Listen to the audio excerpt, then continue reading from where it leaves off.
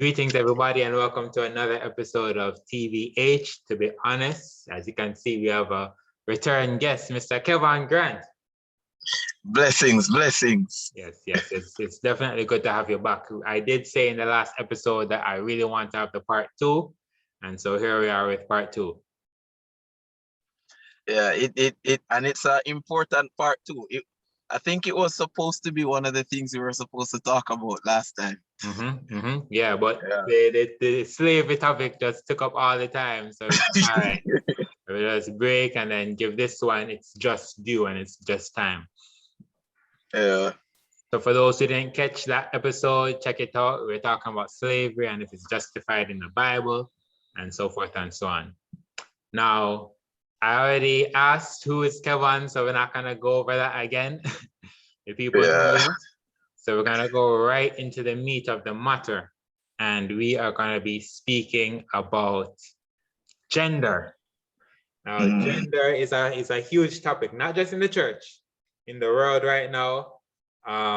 Gender roles, sexuality, all these different things. So we're just gonna be fleshing this out. Now, Kevonn, I want to tell you this.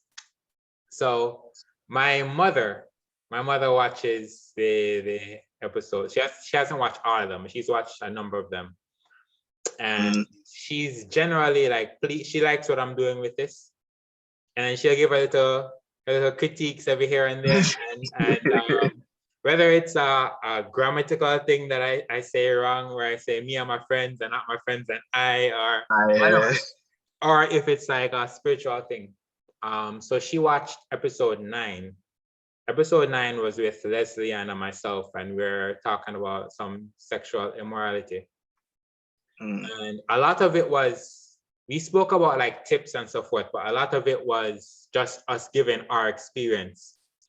And she sent me a voice note and she said that she liked what I'm doing with it, but she said that she would have liked for there to be more probably like tips or more emphasis on God's grace and that kind of thing. And then the following day, she sent another voice and she said she takes it back. And she said that this podcast is not prophecy. It's not the spirit of prophecy, right? This is pretty much us sharing our perspective and our understanding. I'm saying all of that to say, I don't want anybody to take this podcast as spirit of prophecy or as any biblical authority, but what it is two, in this case, two young men who have looked in the scriptures, who have prayed. We've prayed before we started this episode, and we're just sharing what we believe God has shed, the light that He has shed on us. So I just wanted to put up that disclaimer, not even a disclaimer, but just let people have that mindset as we share on this topic. It's definitely important. My baby is up, so I'm gonna put him in my lap so he stops crying. No problem, man. No problem. I said before, if he wakes up, we're just gonna finish it, and it's not gonna be a problem. All right, this is to be honest, and real life situation. All right, so I'm gonna pause my video and the audio so that I can take him out of the seat and hold him. No problem. So while Kevonn is doing that, as I said earlier, we're going to be discussing gender. And we know that gender in the world, we have transgender, we have homosexuality. We're in June, which America celebrates as Pride Month. The church has had different issues with gender. Should women be pastors? Should women be ordained? Should women be elders? Should they even teach? There are scriptures that speak on these things, and it's just so interesting how two Bible-believing Christians can be reading the same scriptures and come to two completely different conclusions. So, Kevonn, let's start here. Just gender, like, what is the significance of gender, biblically speaking? What is on your heart to share about the topic of gender? All right, I like the fact that you started there, because I think, especially today, with where a lot of people, especially Christians, I want to say, yeah, let me say especially Christians, a lot of persons forget where we're coming from with this whole thing. And I take the Genesis account to be literal. I'm not one of those who believe it's or try to conform it to current theories in science. So I take it literal as is. And as is, it says that God created the male, and then having created the male was given the task to take care of the garden and name all the animals. And then eventually God said, and we used to joke about this a lot. We used to joke about it and said Adam didn't actually say he was alone or lonely. But it was God who said, nah, it ain't good for him to be alone. But whether or not Adam was the one who complained or God took the initiative, the point is that there was some form of completeness in having both genders. Right. And so the male being Adam, I don't think anybody denies Adam's physical features. And probably we can debate it as or talk about it as we go through it. But the male Adam having, and it's, to be honest, so I'm gonna try to be honest without being too blunt, having male genitals, and features characteristic of males. And then from the man or the male, God took a rib and created female, having female features, female genitals, and all the works. So I believe that's where that's where gender came from. God created it and designed it this way, and he set things in motion in such a way that it continues to be that way. Of course, we know that there are some exemptions, like hermaphrodites, individuals who are born with certain, what they call them, hormonal imbalance or that kind of stuff. Right. But everywhere we look, we see that basic idea, or that basic, not idea, it's not an idea, that basic scientific norm and expectation, where you have a male with particular features and then you have a female with particular features, and that just is how the body works. So I think that's where it came from. God designed it that way. All right. So then, how you describe that now, that leads me to transgender, because now that's a big thing where, yeah, the male say he's a female trapped in a male's body, and vice versa, right? So I'm guessing from what you're saying is you don't think that is the case. You don't think that's a possibility. Talk to me about that. Talk to me about transgender. I'm gonna use different words. I don't think it is the norm, and I don't think it should be the accepted norm. It's possible. Clearly, it's possible because people are doing it. And that's just how science has reached to the point where it's able to change natural body behaviors. And it's not just with sex or gender. We've been able to do it with a whole heap of different things. I mean, we're at the point now where if you lose a hand, they just use stem cells and print you a new hand from a 3D printer. Working hand that works with your veins and all that stuff. So we've been able for a very long time, and we've been doing it for a very long time, to change natural body orders. To some extent, that's how some medications work. But the whole transgender thing is different from those processes, in that and even the word itself suggests to you that it's just not the norm. The whole idea that you have to trans means that it is not this way originally. And so you have to do something to change it to be something else. So I don't think it is normal.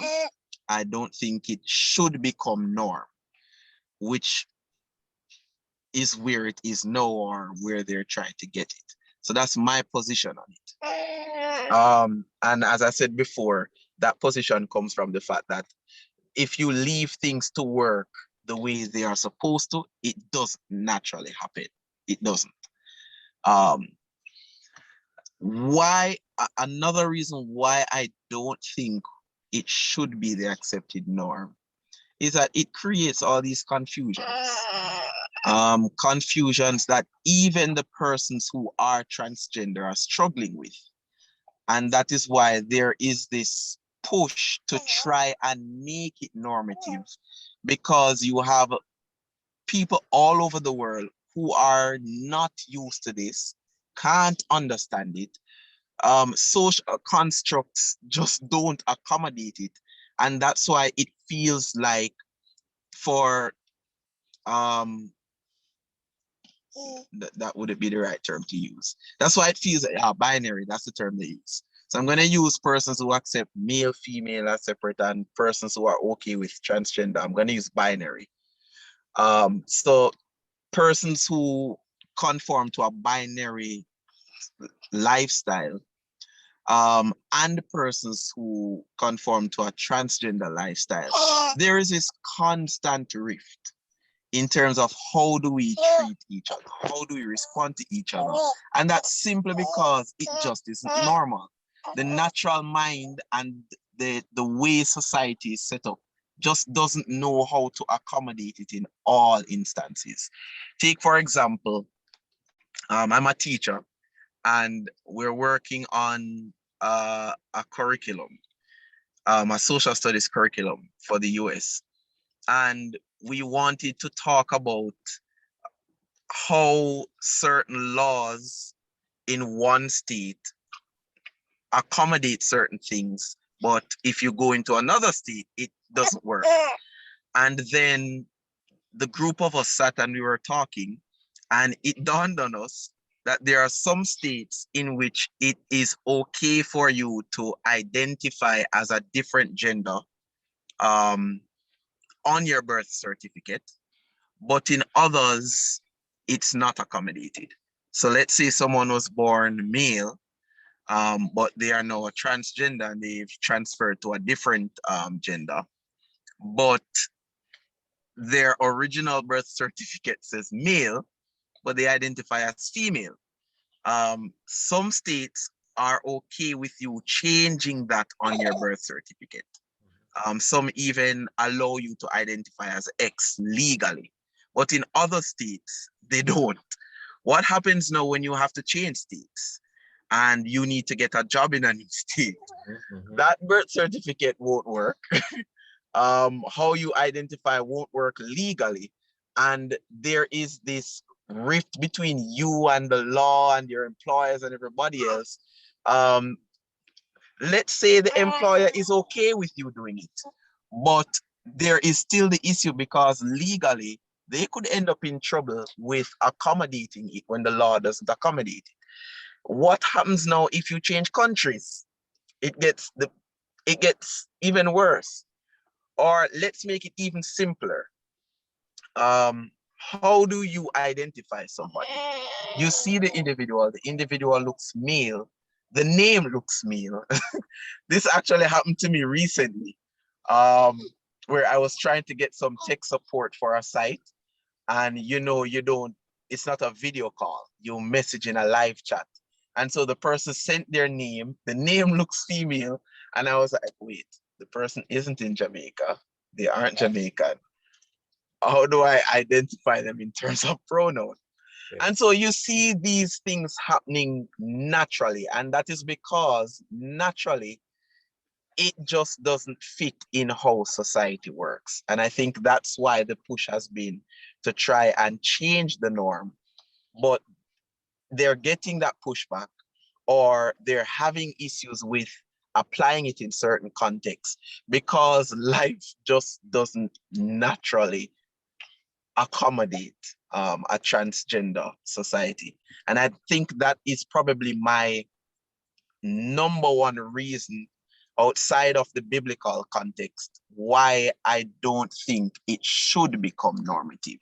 That being said, though, I'm not one of those persons who tolerate the shoot them up or beat them or don't talk to them, ostracize. I don't tolerate or I don't encourage that kind of behavior.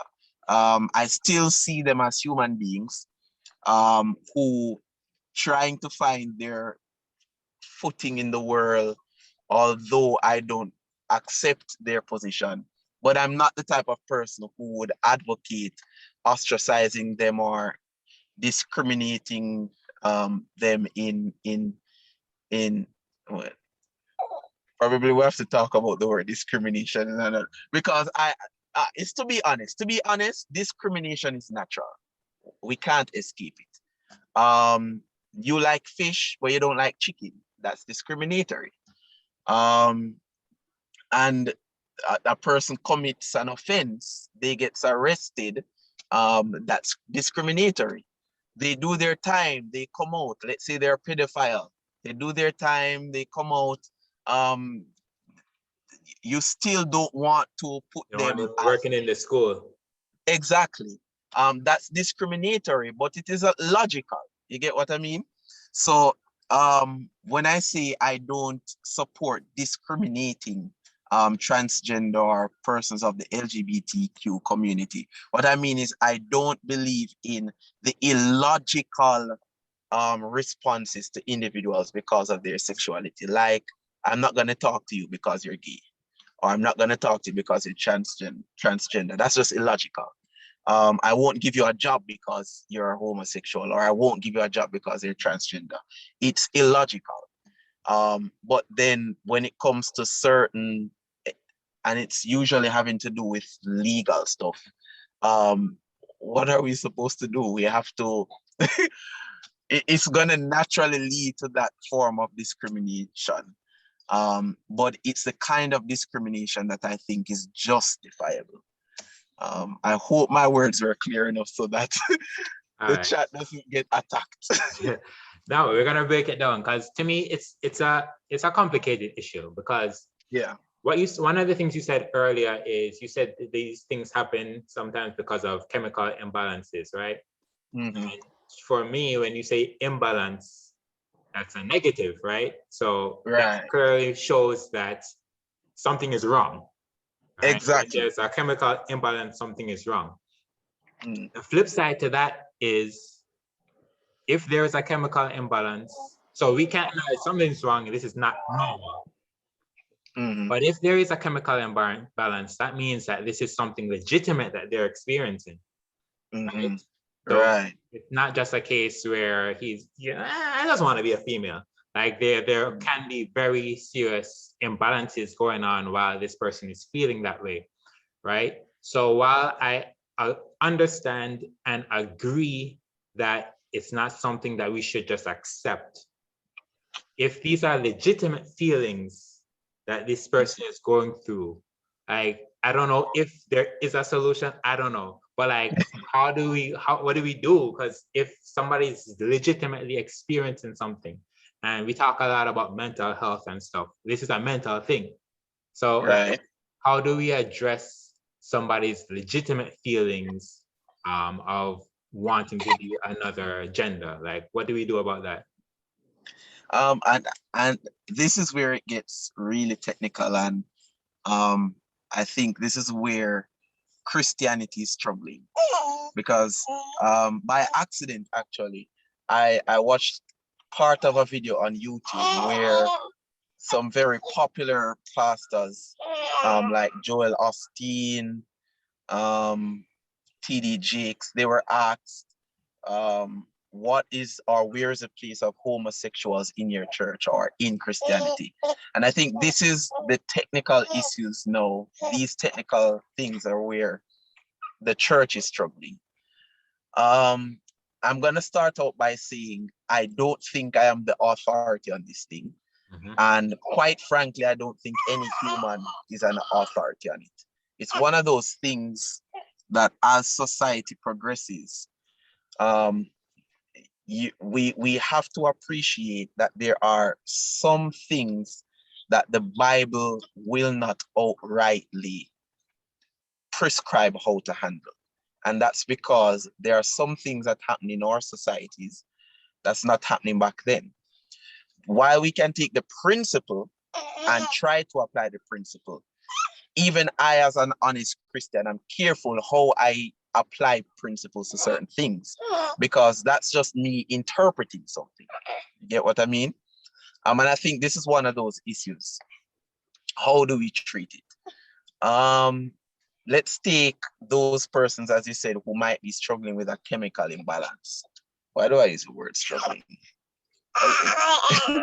It's just that way for them, right? So let's take those persons who have a chemical imbalance. Persons who might have hormonal imbalance. First of all, and I want to inject my opinion here. First of all, I know that there might be individuals who take offense to me or us using the term chemical imbalance. As you said, it's a negative. And they might take offense to it. And it is, as you rightly said, it in and of itself is proof that we are discussing an issue that is just not normal. And that is because that is how doctors, medical professionals, scientists relate to things that are not the observed norm. And that's why they use terms like chemical imbalance or hormonal imbalance. Because if you take 1,000 people and you try to measure their hormonal levels or specific, hey buddy, specific hormonal. Oh, so you soon get that. If you take 1,000 persons and you try to measure those levels, chances are you'll find out, and I'm just guessing a number, you'd probably find out that 900 out of those 1,000 persons don't have that imbalance. Right. And so what do? Naturally, you have to say, well, those other 100 with the difference in terms of the balance are not the norm. And that's why they use the term chemical imbalance, because it's not the observed norm. So hopefully that makes persons a little bit more comfortable with the terms we're using. And so how do you advise, as your mother would want us to do, how would you advise an individual like that?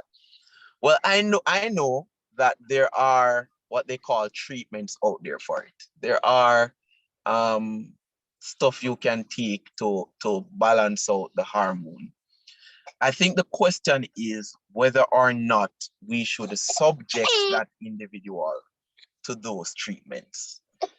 And if the answer is yes, then an individual would ask, then why would you want to change what is for that individual the natural body functions?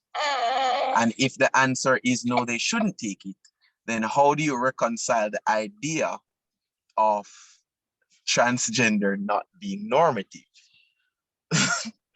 And so you can see where you're between a rock and a hard place, especially as a Christian, and worse as the individual going through it.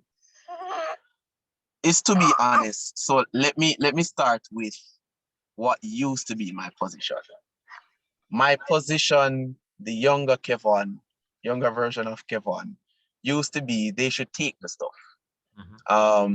Because that's what we do when we are suffering from an illness, which is not a norm for the body. When the body has the flu, it's not normal for the body. Right. You could probably live with it, or you could probably die from it. But the point is, stuff happens to our bodies that are not related to gender that we take stuff for to correct it or to bring the body back into normal function. Right. But as I grew, and there's a church brother of mine that I respect a lot. And just as Elder Bob is to you, he's that kind of person to me. And so sometimes we sit down and we discuss stuff like that. And as I grew older and the intellect, I guess, expands and can reason more abstractly, he and I began talking about stuff like this. And my opinion of it changed. My opinion moved to a point, first of all, where I honestly don't know what to tell that person. And I shouldn't assume a dogmatic position where, oh, the Bible says this, and I believe this, and if you're a Christian, you accept this, therefore you must that. I don't, because logically, you can't compare the kind of chemical imbalances that are related to gender issues with an illness. It's not the same. To my knowledge, those kinds of imbalances don't lead to physical harm of the person, to my knowledge. I haven't heard of any. I haven't heard of any instances in which, if I'm rocking a little bit, it's apparently the remedy. I haven't heard of any research or information that suggests that those kinds of imbalances result in physical harm to the individual. And so I begin to ask the question, why would I compare an illness like that to hormonal imbalance? It's just not the same. Let me see if this is better. Better? There you go. Yes, better. So I can't compare the two because they're not the same in that sense, which brings me to the conclusion that this is one of those things that is just up to the person. Well, right now you probably can't see clearly. I have a chipped tooth. And this happened by accident while I was in high school. Can't see it, man. Yeah, all right. And I also have buff teeth. I have never admitted to this in public. I never even used to do it in public. I used to suck my thumb. And so I have buff teeth. And so those are not normal. But even though there are avenues and ways to correct it, I haven't done it, even though it's not normal. The point is, there are some things that can be corrected that are not normal, that are just up to the individual to choose to do for whatever reason. And so in my thinking and our reasoning, I am led to believe that in the case of chemical imbalances or hormonal imbalances, that doesn't lead to physical harm to the person. It's just like my chipped tooth. Either I want to fill it and look normal, or I embrace it and deal with it. All right, so if I can interject. So here's my question. Just as it relates to that, and then I'll backtrack about something earlier. My response to that would be, your chipped tooth has nothing to do with your soul salvation, though. but we're dealing with an issue that possibly can be affecting somebody's soul salvation. Possibly. So I see a difference there where, and you said that you're not comfortable with comparing it to a disease. How I'm looking at it, again, as we said, we know what God's ideal is. And even when we look at spirit of prophecy and we look at wisdom, a lot of the things that we may do as it relates to health isn't just about preventing illness, but is about maximizing our ability to worship to serve God, to live God's ideal life for us. So we're not going to wait till we're sick to eat right, to exercise, to do all these new start, all these good things. What we're doing is we're doing what we can to our temple to live ideally for God.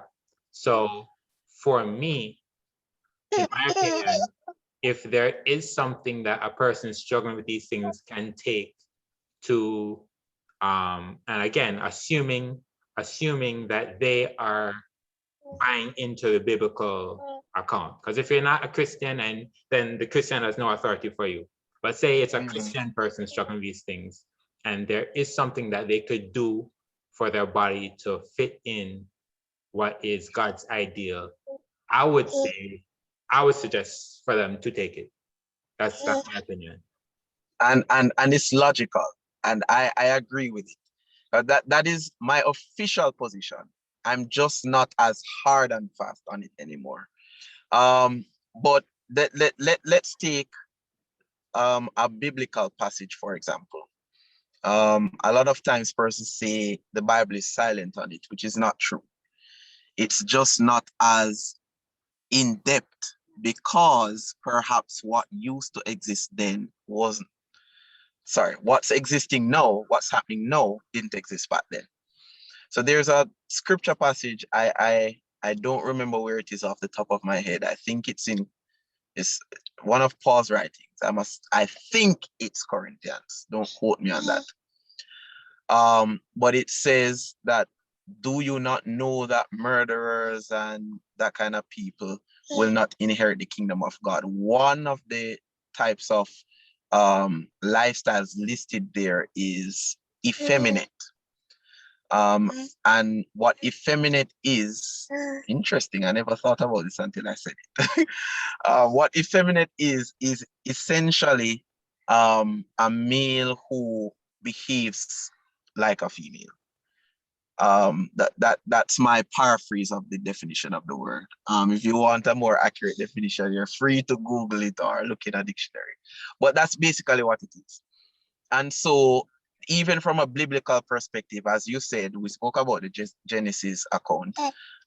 But even in the New Testament, it is clear that transgender issues or being a transgender isn't the norm and it isn't God's ideal.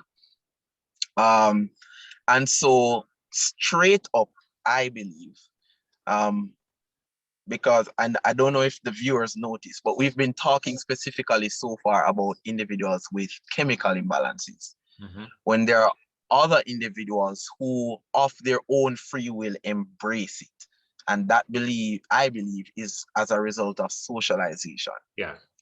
Been socialized into accepting that being a transgender is okay, or their sexual preferences are not the norm. It's not a male attracted to a female, female attracted to a male, and so they go into the whole transgender thing, etc. Those are individuals who accept things of their free will.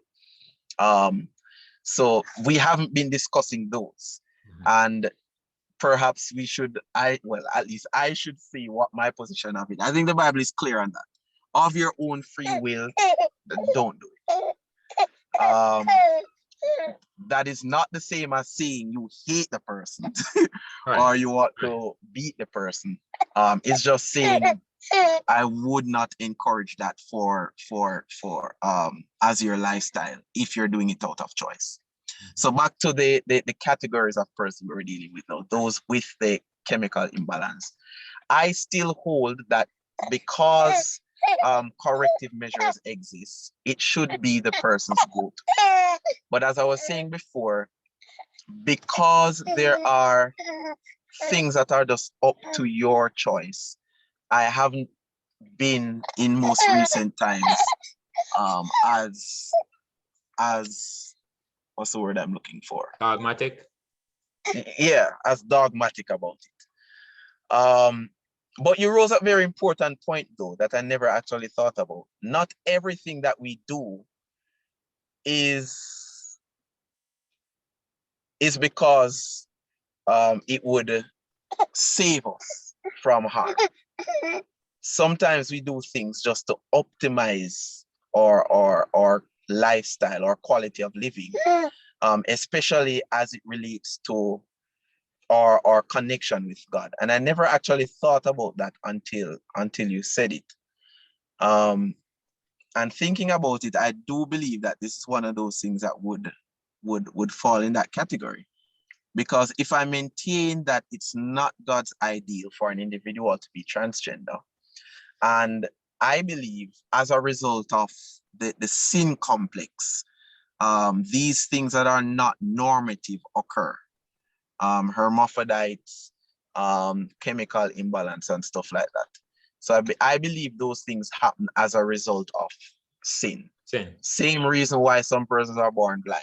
It's not the norm, but because sin exists, these things happen. And that's why we can't hate them, right? Exactly. Right. Because we don't hate a blind person. Right. Well, but then they used to. Thank God we're not Pharisaic anymore in our thinking. But yeah, we don't hate a person who is born blind, not their fault. And that's why you can't hate a person who is born with that chemical imbalance and you see them behaving effeminate or behaving a particular way or be inclined to think that they need to become a transgender. You can't hate them because it's just how their body is wired, although it's not normal. But yeah, especially as a Christian, you accept that it is not normal and it is not God's ideal, most importantly, then why not take something that could help to bring you back to the ideal?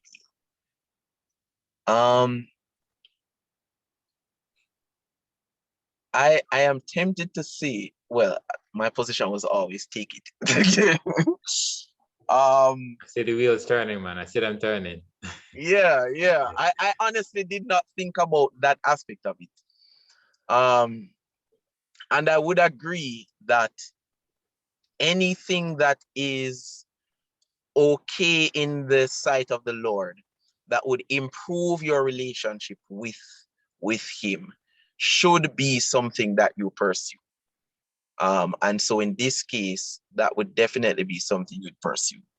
I'm still not sure though, that I would want to see a world where the church recommends to a member that they do it. And this is where we get into the technicality in terms of how society works. Because the church in and of itself is a society, right? Right, brethren? Yeah. We don't like to look at it that way, but it is.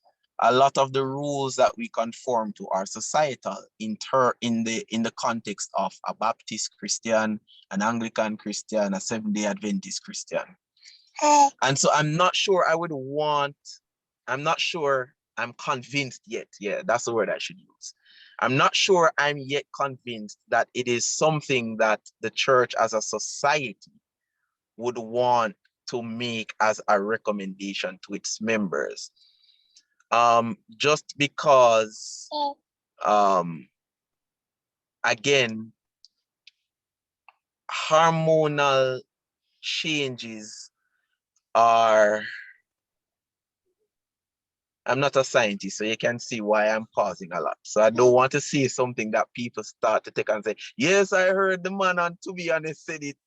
But what the little that I know is that changing or influencing the hormones does actually affect the body in not just behavior, but physique. Okay. And so it is a kind of remedy. That's the term the best term that comes to mind. It's a kind of remedy that would require the individual to think about what is going to happen to them and whether or not they are prepared rather to deal with it. Let me put it in context a little bit more. An individual with cancer can undergo chemotherapy, but undergoing chemotherapy comes with it certain physical changes that may be painful, may be uncomfortable, that you're not used to, that you have to grow into and get used to. And so even though it is something that is life-saving or potentially life-saving, or at the very least life extending, Yeah. it is still something that you don't say to an individual, go do chemotherapy, because of the implications for their life and their quality of life. So it has to be a personal choice. Right. And I think the remedies, well, the remedies that I know exist out there for hormonal changes have that kind of potential. For example, there are some things that females should take to help them with certain things, like when they're menstruating, that can impact them hormonally. And from what I've learned and heard females say, and even doctors say about those things, they have the potential to actually impact whether or not their fertility, whether or not they're able to bear children. And so even though it helps them during that period, it's something that you don't want to say to a female, take it because it will help. And we're talking about, to be honest, we might be males, but I've been around. I'm married, so I have a wife that goes through it. But I know females who have it harder than others. That literally I've known persons who, while they were at college, they got exemption from classes for an entire week because of the struggle they go through when they're menstruate, when they're going through their cycle. And so these individuals maybe taking the pills and whatever it is that they take could help them through it. But do you want to, as a teacher, say to a student going through that, no, you better come to my class, take the pills and get over it? I don't know about you, but that just sounds very insensitive and illogical. Especially when these things, studies have shown, can impact fertility. So when I, as a non-scientist, think about hormonal changes and taking things to impact the hormones, I know from my little knowledge the what it may or it can do to an individual. And so that's why I'm still on the side of caution in terms of suggesting to an individual to take stuff like that, because playing around with the hormones can lead to physical changes in an individual that perhaps they don't see tomorrow, they don't see 10 years, but maybe 30 years down the line. Why isn't this happening? It's supposed to happen, but it doesn't happen. When you check it out, it's because they've been taking these things over and over and over. And so it affects something else that they were trying to change. And that is one of the main reasons why I'm still cautious about saying to an individual to do it. And so I leave that up to them and the Lord. They talk to God about that one. But I would definitely encourage others, though, other Christians, not to ostracize them. And I think this is the biggest issue why persons tackle Christians about these things. I think it's because there is the rhetoric out there that, oh, you're not doing this, therefore you're not pleasing the Lord, and if you're not pleasing the Lord, you're going to go to hell, so blah, blah, blah, blah, blah. And then because of that, and the fact that it's not normal, a lot of Christians tend to shun people, especially those who are struggling with it because of legitimate reasons. I would encourage, at the very least, and this is where I think the church should go, and I think the church is at that point where it says, don't do that to people. Jesus, or the message from Jesus, has always been a message of love. And while we try to figure out where God would want us to go as a community with these issues, we should be loving and treat the person as human. They are human. Yeah. Yeah. I think that is clear enough as a big. All right. So I'm transitioning a bit. You mentioned homosexuality a little earlier. I remember I was in a conversation with some persons, and we're talking about homosexuality and a person being a homosexual. And I was like, yeah, no, sin, right? And then the person said, carrying out a homosexual act is sin, not being a homosexual. And I had to think about it, because the desire for something is not sin. Like being tempted to do something, temptation is not sin. Right. It's yielding into temptation. Yielding into temptation is sin. So I'm thinking now, if there's a female that has sexual desires for a female, but she doesn't yield to it, is she sinning? If vice versa, there's a guy who has attraction to a guy, but he doesn't yield to it, he's sinning. And then I was watching another podcast, and the guest on the podcast was a homosexual pastor, but he's celibate. So he has attraction for males, but he doesn't enter in any sexual activity.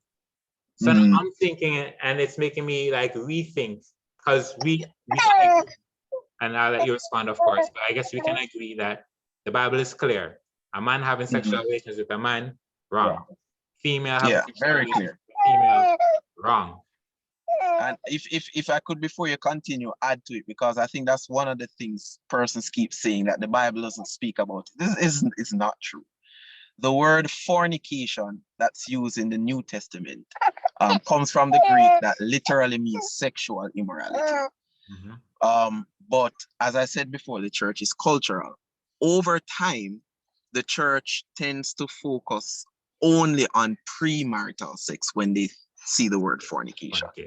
Premarital sex is included in fornication because, as I said, it meant sexual immorality. Right. And they viewed premarital sex as sexually immoral. They viewed bestiality as sexually immoral, pedophilia and homosexuality as sexually immoral. So each time you read in the Bible and you say abstain from fornication, it's not just talking about abstain from premarital sex. Right. It's talking about abstaining from all forms of sexual immorality, which included homosexuality. Right. So then, continuing the point, but if I'm not married and I become attracted to a young lady, but I don't lust after her and I don't indulge, the temptation is not sin, right? So then if there's a guy who naturally he's attracted to males, but he doesn't indulge, like, is that sin? Like, how do you speak on that situation? I've heard about it. I've heard the arguments. And I think there's a guy who wrote a book about it, either a guy or a lady who wrote a book about it. I'm going to be honest there. I honestly don't like the idea of it. But at the same time, I can see the logic. So let me try to explain what I mean about this. I don't like the idea of it because of why I think the world is where it is now. I think the world, and this has been the approach all the time. Hey, buddy. Oh, hungry. Yes. Okay, I promise. I soon come. Yeah, he's hungry. So the world is where it is now. Hey, look. By the way, if you need a pause, you can pause, you know. Yeah, maybe. Let's pause. Let's take a look and get a bottle in his mouth. All right. We're back. And baby's calm and we're ready to. Yes, it's the magic remedy. Just put them in the car and drive, Uh-huh. and they are knocked out. All right, cool. So you're Um, responding. You're saying that you don't like it, and you're gonna explain why. Yeah, so I don't like the thinking and the idea because of how we got to where we are, right? We got to where we are through socialization and culturing. I think some people call it social culturing, where back in the day, homosexuality is taboo the right word to use? Yes, it was taboo. It was something that people did hidden um, behind closed doors. And I think in some cultures it was a little bit more open. But the point is that it wasn't the accepted norm, and so a lot of people used to hide their homosexuality, right? Mm-hmm.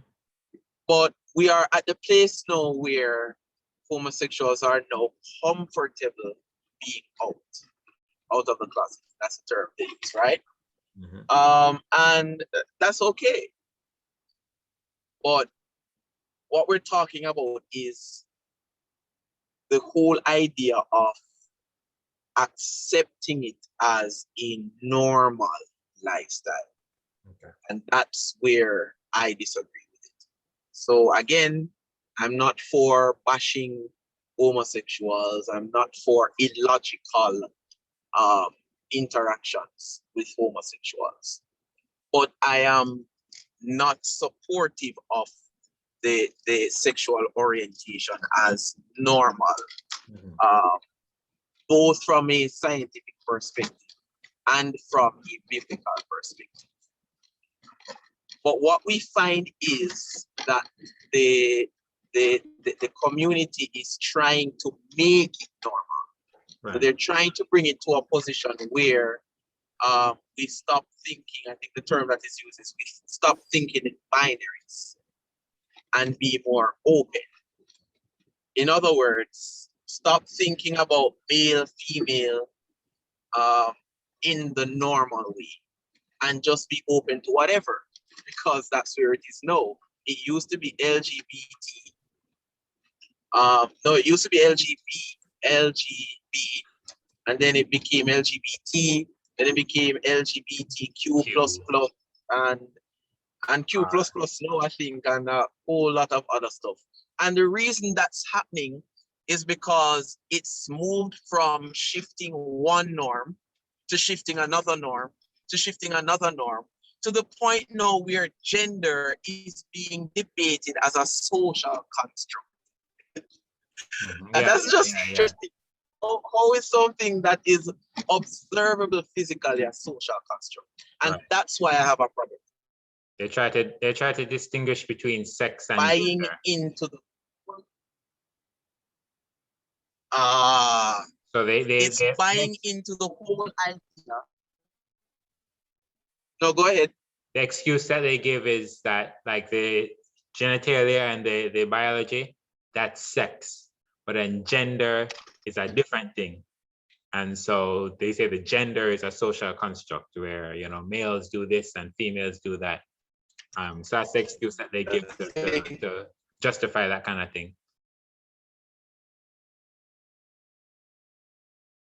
You look like you're driving now, work with the internet, Kevonn.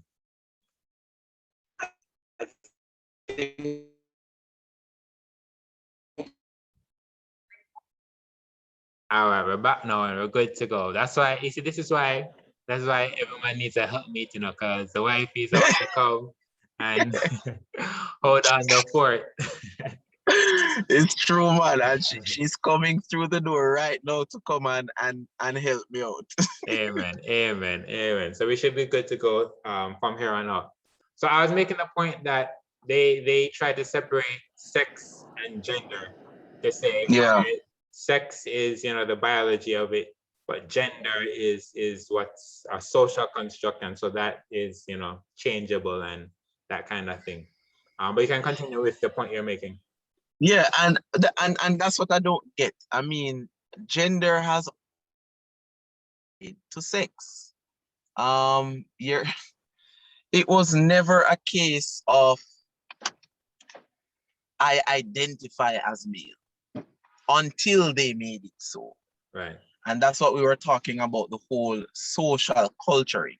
Mhm. So now you have the people who buy into the idea, going into colleges and rewriting books Janice! and saying, Right.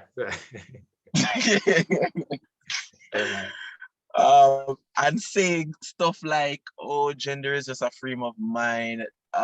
They're even doing it with race now to show you how far it's going. They're now Mhm. saying that race is just a social construct and all these things. But and that's my frustration with it. Um, it seemed and felt harmless initially until they began taking it now and applying it to something else and applying it to something else. And it's now at the point where there is no such thing as gender objectively. It's just how you feel. Right, because initially it would have started like males can be a nurse and females can do Yeah. construction, right? So that's where it starts, where it's just like, those things aren't ultimately male or female, but then it goes and it grows and it starts to be applied. Now male means nothing and female means nothing, that kind of thing. Exactly. And people say, oh, that's a stretch, it's never gonna happen. But it might. You could use the same argument where I say to them all the time that, no, let me not use the word them, because it's gonna sound like I've been attacking homosexuals. People, I've been saying to people all the time. In fact, I've never actually had this conversation with a homosexual. Because again, I don't want to make them feel bad, or I don't know if I might be saying things the right way. You get what I mean? But I've had it with one person who is cool. They're my good friend, and so we talk about this stuff. But outside of that person, I haven't actually spoken about it. But I said it. I said it to the person, and I said, my worry and frustration with the argument that is fueling the whole idea that, well, if you're homosexual but you don't act on it, it's all right. You could apply that with literally anything at all. You could apply it to pedophilia, which is the argument I always use. You could argue that it's okay to have a pedo, I don't know, I don't want to buy that. Maybe, yeah, let's work with that. It's okay to have a pedophilic tendencies, just don't act on it. But then, as a heterosexual, and maybe because it's a who feels it knows it thing, I don't know. But as a heterosexual, even in the Bible, Paul says it's better to marry than burn. Mhm. When an individual is attracted to another individual that way, there is the natural tendency to want to do something, to want to act on it. And it takes extreme self-control not to act on it, which is good. But the point I'm making is you are literally battling against, what do you want to say? Your entire being, resisting it. All right, so And let me say, all right, I get the point. The point how I look at it is not necessarily that I'm saying it's okay. So I'm not saying, you have these feelings towards children, no big deal, just don't do it. I'm not saying that. But what I'm saying is, I don't think anybody wakes up and says, you know what, I want to have these feelings towards children. I think humans are, and there are other factors, but humans are born in sin, shaping in iniquity, right? And I think here's my bigger point. We tend sometimes to be people of extremes. So it's either we're on one side where we say the act, the thought, it's in a book, it's a fire. That's right. That's one extreme. And then the other extreme is where we just accept it. where I think where I stand is where we look at it like any other sin as sin, and persons struggle with sin, right? And so whether it's, boy, you have this lying tongue and you always want to lie, Right. and that's something that you might be struggling with, but the fact that that's a struggle for you isn't the sin. The sin is in the giving.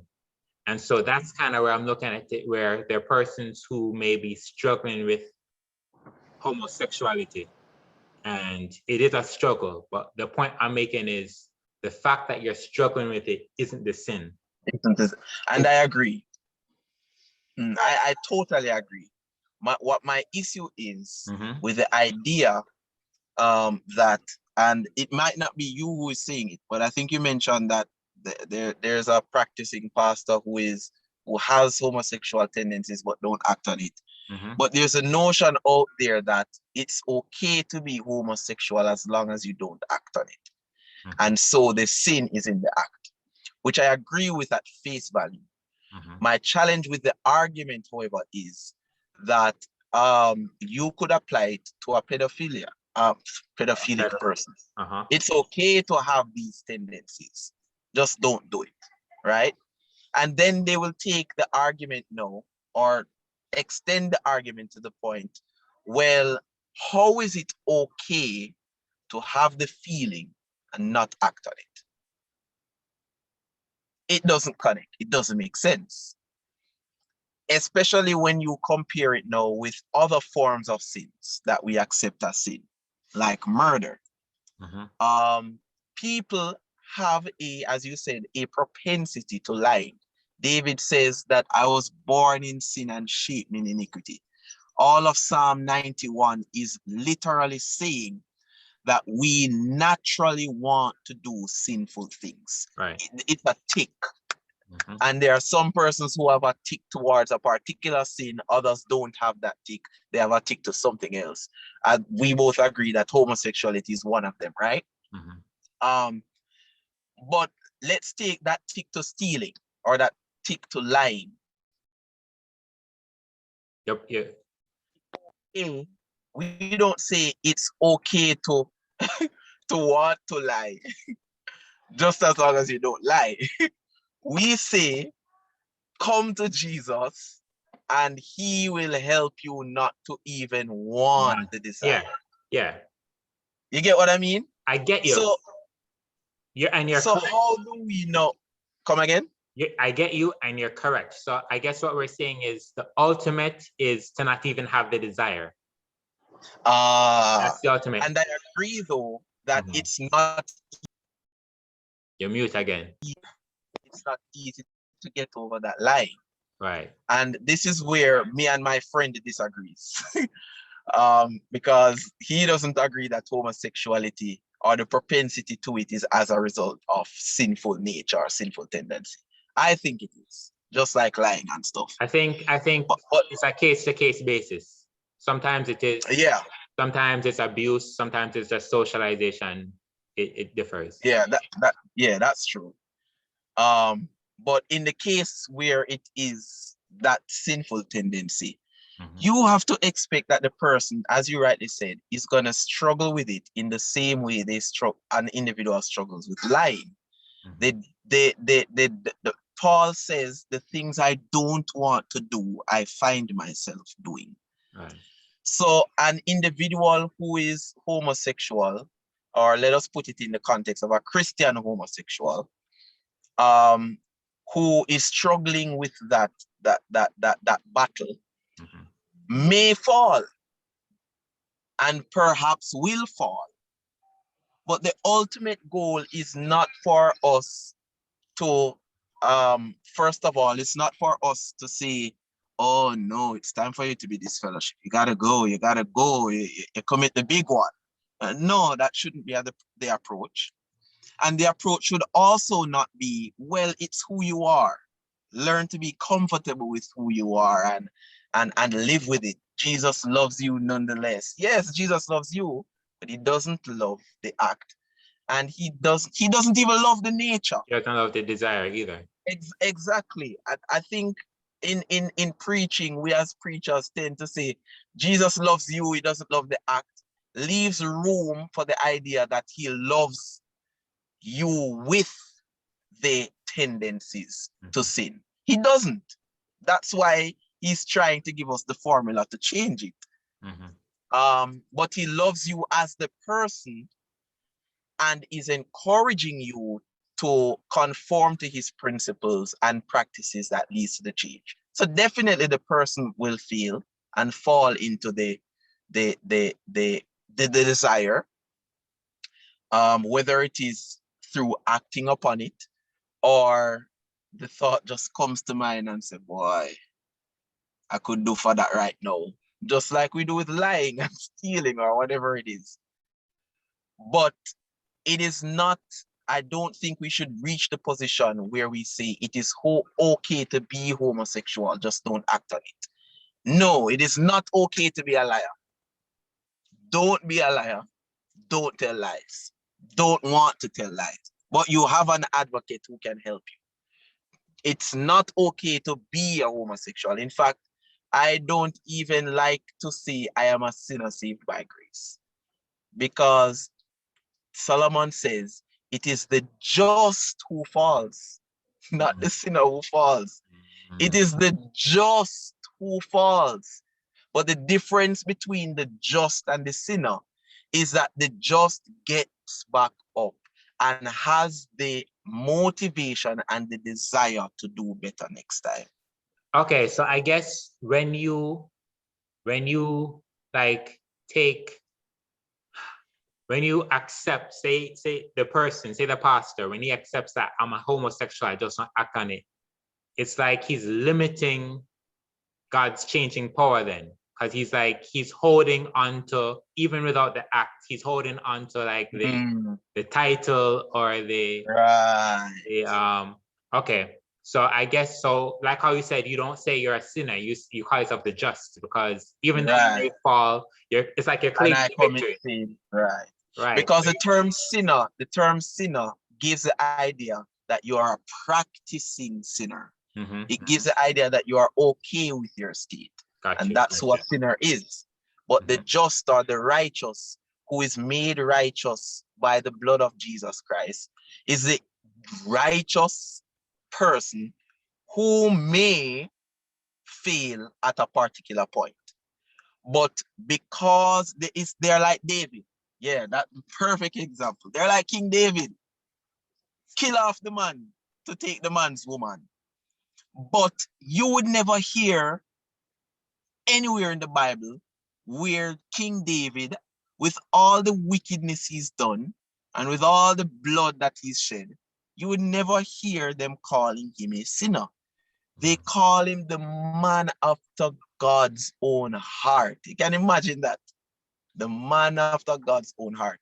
It's because the title sinner suggests a practicing sinner. The title just suggests an individual who has been saved by Jesus Christ, who is growing as the light shines brighter and brighter onto that perfect day.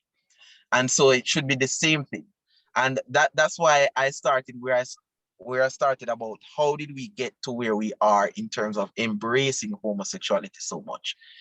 They have gotten, or we have gotten to this place because over time we have accepted the little bits.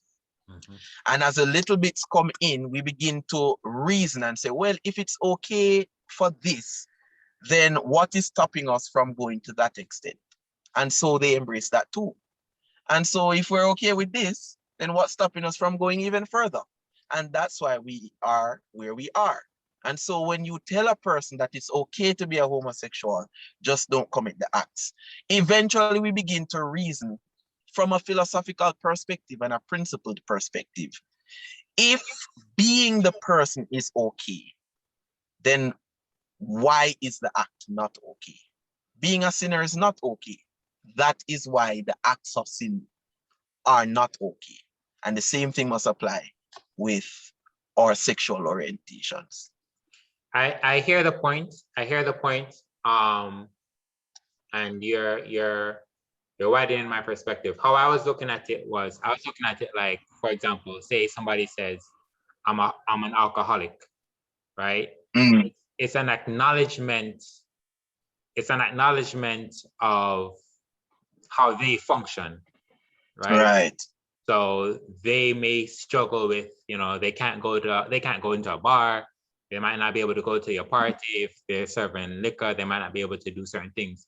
So they may claim the title alcoholic as a way of, it's who they are in a sense, but it doesn't necessarily mean that they are, actively drinking right now.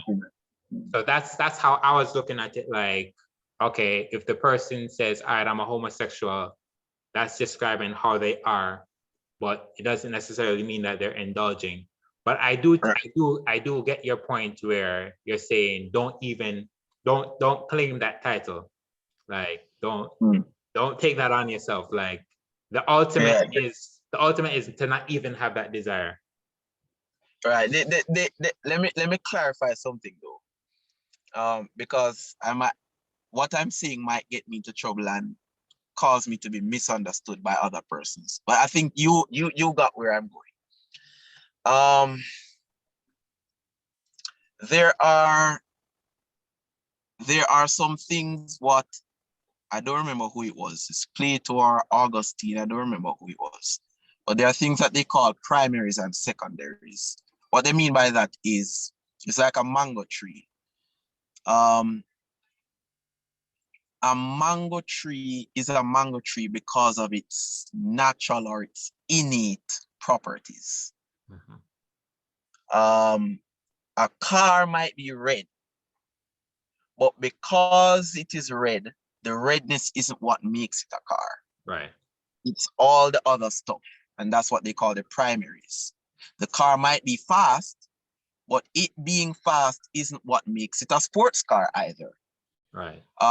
It's the innate characteristics of a sports car that make it a sport car. So the innate stuff that make it what it is what philosophers call primaries. And the other stuff that are what they call accidentals are the secondaries, things that you can use to describe it, but it's not what make it. And so I accept that even the individual, I don't want us to be discussing the person's life, but we use them as an example. But I accept that there might be individuals who have homosexual tendencies, who aren't practicing it. And so naturally, because they have this tendency, they are homosexuals, that's what they are. But it doesn't mean that they are practicing the act. And so in that sense, I would say that the person from a Christian perspective, a relationship with the Lord perspective, is in a good place. But what I was cautioning though, is the idea that it is okay to embrace the fact that you have those tendencies, as long as you don't do it. And that is where I think the danger is. Because then that plays into and this is my reasoning, that makes what is your secondary your primary. It now becomes a part of who you are, that defines who you are. That is my fear of us making that idea normal, because that's how we've gotten to where we are. They accept these little ideas and then they take it and expand to it. They go down to the principled level of it now and begin to open it up to embrace all the other things. And that's where I think the danger is. So I may lie, but I'm not gonna make lying my primary. That's not not who you are. That's not who I am. Okay. All right. Gotcha. Makes sense. It's a little technical. I'll admit. Sometimes it confuses me when I think about it. And it's not easy to talk about that stuff with other persons, because sometimes it's very abstract. And I guess that's why a lot of people shy away from philosophy, but it's something I love because it helps us to understand why we do the things we do. Yeah. Why do we behave the way we behave? When we think about our motives and how we look at ourselves and define ourselves. And if we do a lot more of this, I believe, then it would make us into better persons. As you said, it came to two things just came to my mind quickly. I remember like times when I was steeped in sin, like just doing the most, wildest. But whenever I came out of that, I was on my right path. I felt like that was who I truly was. Like I felt like that, that felt like the real me. The sin, that's like a different me that I don't like. But when I'm on the right path, I feel like, no, this is who I am. Like this is who I'm supposed to be. And it made me think. I was hearing somebody speaking on the prodigal son, and it said when he came to himself, he said, "Let me go back to my father." So it's like when he was doing that stuff, he wasn't being who he was truly meant to be.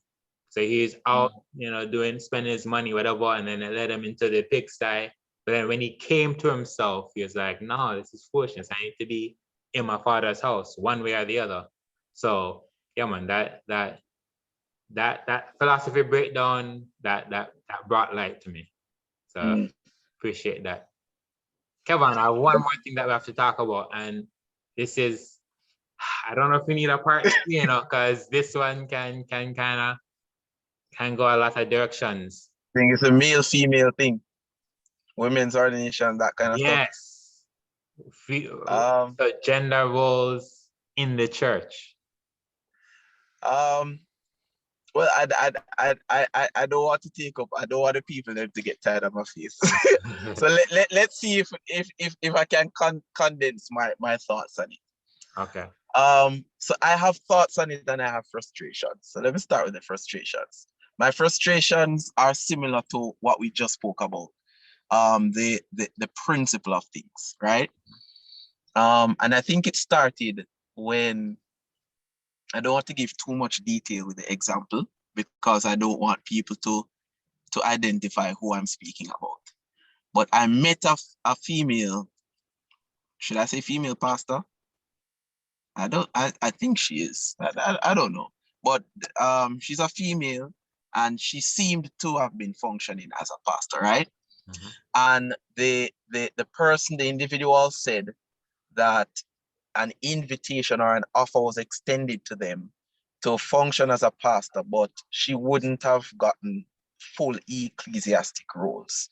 For example, to give a little bit of context, in the Adventist church, for example, an intern pastor can do certain things, but they can't do others. I think one of them being, I don't think they can function as marriage officers until they are ordained as ministers. So that's an example of what I'm talking about when I say ecclesiastical functions. Okay. So the offer was extended for her to be a pastor, but she wouldn't get all the perks of being a pastor. And she shared that her response to them was that if you're not giving me anything, don't give me anything at all. Now, persons might be thinking, yes, that is right. But I guess by now you realize that I think differently. When I heard that response, all I heard was, this is not about the rightness or wrongness of it, or figuring out the rightness or wrongness of it, or learning to grow into a better understanding of the thing. This is simply about having power. And it might not sound that obvious, but we do it all the time with other stuff, where we might not be able to get all that we want. We don't get things to work out the way we perfectly want it to. But because we understand and appreciate the struggles involved in us not getting things to work out the way we want it to, We settle with what is good enough to show that there is progress. We do it all the time with almost everything. But when it comes to this issue now of the individual serving as a pastor and serving the brethren, the church, and her Lord, she literally says, I am not willing to do it because you're not giving me all the perks of it. It didn't sit well with me hearing it, and perhaps I misunderstood what she meant by it. But it asked me the question, or it caused me to ask a question to myself. Is there harm in serving as a pastor? No. Not having the full ecclesiastical functions? No. As a female, I could not bring myself to see any fundamental issue with accepting that no. Especially when we are talking about an issue that persons are trying to get the church to change its official position on. We just are not there yet. And so to be that forceful, when, I mean, literally, Deal, I can think of very few things that a female pastor who took that offer would not be able to do. The core role of a pastor, whether male or female, is the spiritual nurture of your brethren, your flock. She would have gotten that. And I don't know the bureaucracies of it. I don't think, and I can't imagine that her salary would be less. I don't know. I could be wrong. I don't know. Right? So I could not see the harm in it. And that's why I could only conclude that the statement was coming from a position of just wanting power. I don't know about anybody else. I personally would never ever accept the ordination of any female if that is where it is coming from. I won't even accept it of any male if that is where it's coming from, because it is just outright wrong. That being said, again, my position has changed as I grew older. And I think it's similar to what we were talking about in the beginning, where there are certain technicalities in terms of principle that I'm not so certain I have found as clear in the Bible to want me to take a hard and fast position. I am neither here nor there when it comes to women ordination. But what I am certain of is that there are gender roles and they are distinct, and we should not pretend that they are not, right? For example, I think it is the role of the man to protect his family, female children. It is his role. And I doubt not even the independent females. I doubt you can find any female who would not be comfortable with their man assuming that role. I think what the issue is that we are mixing up equality with equity. We cannot achieve equality in gender. It's impossible. The fact that we are different physically, chemically, genetically, even in the way we think, we are different. And so it is impossible to achieve equality across the board. But there are certain things that we can achieve equality on, like equal pay, like the ability to function in certain roles in society, workplace, proper treatment, that kind of stuff. We can and must achieve equality in those things. But I think, just like with the whole homosexuality issue, where we've taken one thing, and when it comes down to the principal idea, we have gotten our wires crossed. I think a lot of persons are equating those things with their sexuality, the difference in sexuality. And I think that's where the problem lies. We can't achieve equality in sexuality, but we can achieve equity. For example, I as a man, I admit it, and she's behind me right now. There are certain things that Janice, I would say to Janice, listen, you're just better at it than I am. Mhm. She just is. Yeah. When it comes to being mushy mushy, she has it locked. I suck at it. Nurturing She and begs me over and over um, to go on picnics with her. And I can't bring myself to say, why do we have to sit in grass, in dirt, and eat food?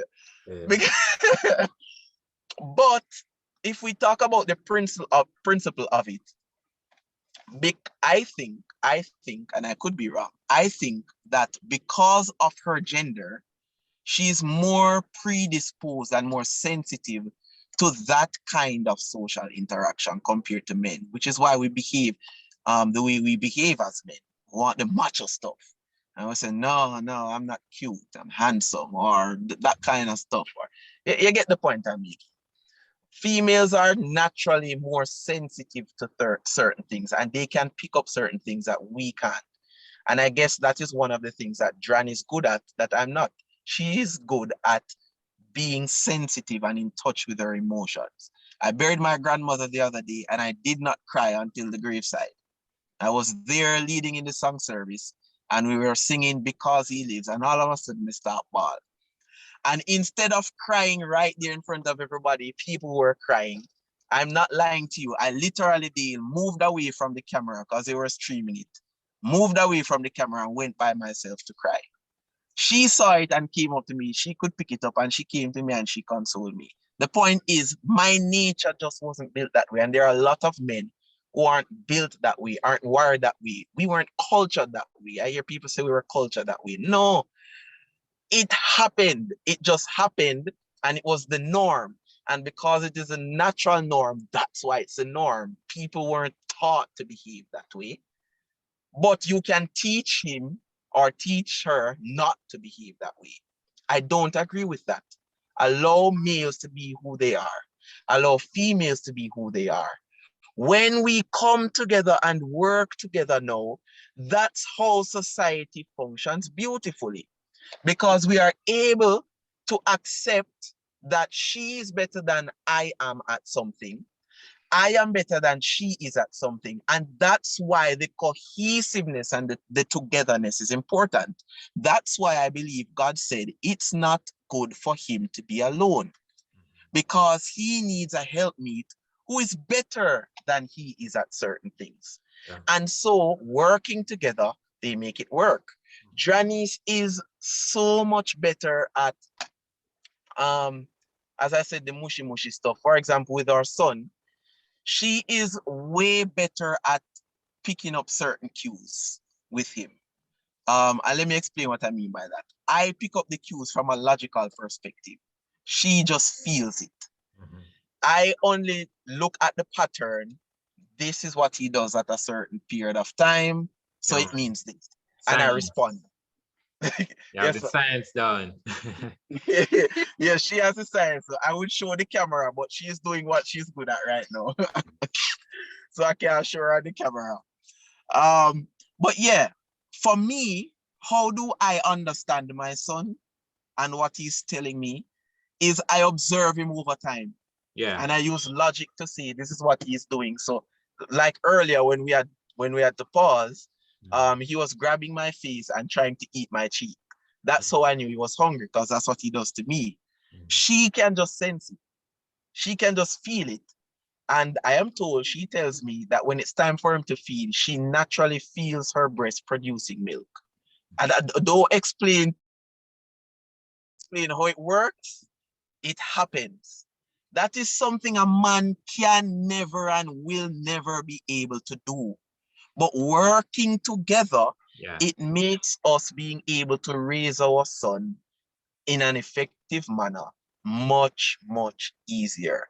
And so, in cases like those, we need equity. I promised it would be short. I promise this is the last thing. A good In man. cases like those, this is where we need the equity. And this is what I mean by equity. I am not as sensitive as she is to those mushy mushy stuff. But it doesn't mean that I should never ever be mushy mushy. and accommodate them. Right. And so what equity means is, and this is something I'm giving you some of the secrets we do. This is something I say to her. I admit to her that I feel like I'm failing in this regard as a man. So this is what I'm asking you to do, to help me to do. If you ask me to do something today, and I'm a typical male and don't do it, if you're okay with it, then fine. But if you notice that perhaps you've asked me so many times and I still behave that same way, you are justified in looking me in the eye and say, Kitty, no, I think it's time we go out. Like the beach. We're going to the beach on Sunday. I hate the beach. It's dirty. It's just filth. And I can't swim. So what's the point? And she's been asking me all this time, and I've been using Corona as an excuse not to go.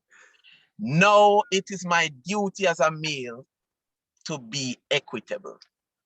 This is a side of her that makes her happy, that makes her feel good, that's mushy mushy, that I don't feel like doing, that I am going to do this Sunday with her. And that's what we mean by equity. Find out how can you work together without forcing the other not to be a male, not to be a female. That's what we need in the world, equity, not this push to not be male and not be female. Equality is just not possible in certain things. Yeah. Kitty, I'll leave it there. Yeah, man. Yes, man. Yeah, man. I appreciate the light and the discussion.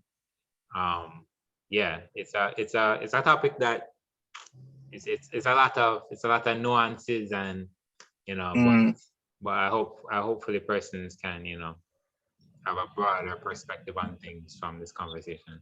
So as always, I thank you for coming through and having these conversations with me. All right, the great boss. Yeah, man, when I grow up, I want to be just like you. Hey, that's cool. That's cool. Janice, big up yourself. Yeah, man. And have fun at the beach, guys. we will. Safe fun. I promise not to go into the water and drown. Boss. Gentle people, this was another episode of TBH. I hope you're blessed by it. Blessings.